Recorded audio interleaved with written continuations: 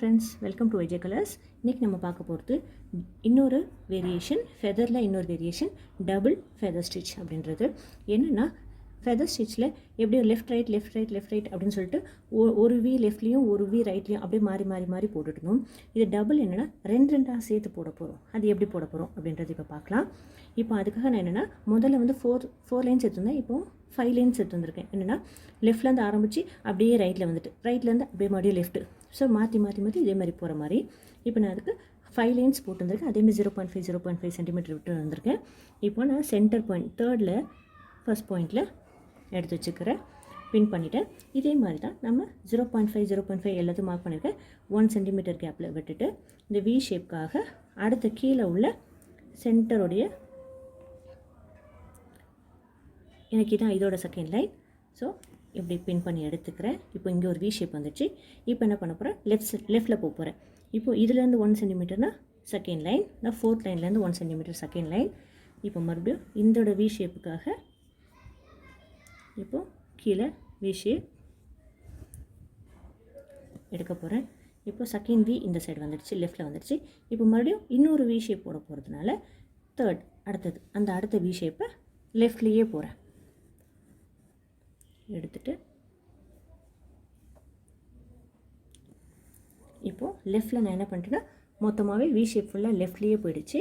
இப்போ மறுபடியும் லெஃப்ட்லேருந்து மறுபடியும் ரைட்டுக்கு வர போகிறேன். இப்போது எனக்கு செகண்ட் லைனில் இருக்கா, செகண்ட்லேருந்து மறுபடியும் 4th லைன், 4th அந்த 0.5க்கு பின் பண்ணுறேன்.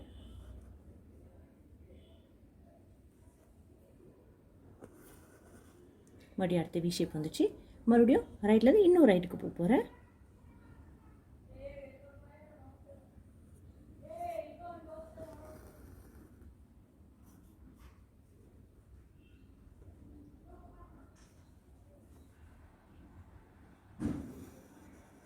இப்போ இந்த வி ஷேப் வந்துச்சு. இப்போது நான் லெஃப்ட்லேருந்து மறுபடியும் ட்ராவல் பண்ணி ரைட்டுக்கு வந்துட்டேன். இப்போ மறுபடியும் ரைட்டில் இருந்து இருக்கேன். ரைட்லேருந்து மறுபடியும் லெஃப்ட்டுக்கு போக போகிறேன்.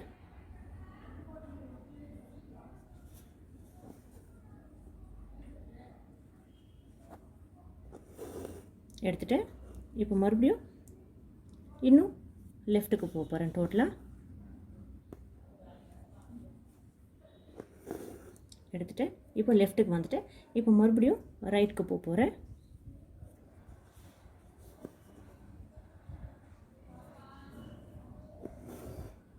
இப்போ ரைட் சைட் மட்டும் வந்துட்டேன். இப்போ மறுபடியும் டோட்டல் ரைட் மோஸ்ட் போக போகிறேன்.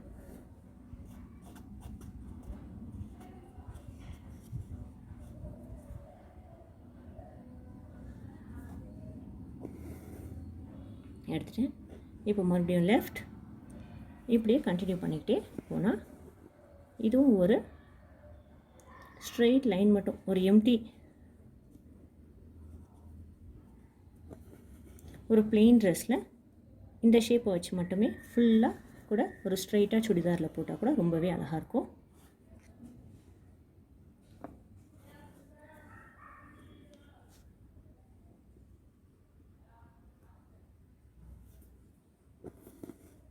இந்த வி ஷேப்பை மட்டும் விட்டுறாதீங்க. இப்போ என்ன பண்ணிக்கலாம்னா ஒரு நாட் போட்டு கூட முடிச்சுக்கலாம்.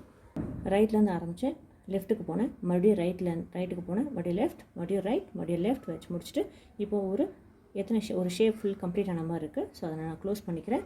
இந்த பக்கத்துலேயே பின் பண்ணி அந்த வி ஷேப்பை கம்ப்ளீட் பண்ண மாதிரி நூலை எடுத்து பிடிச்ச மாதிரி வச்சுட்டு கம்ப்ளீட் பண்ணி ஒரு நாட் போட்டுக்கோங்க.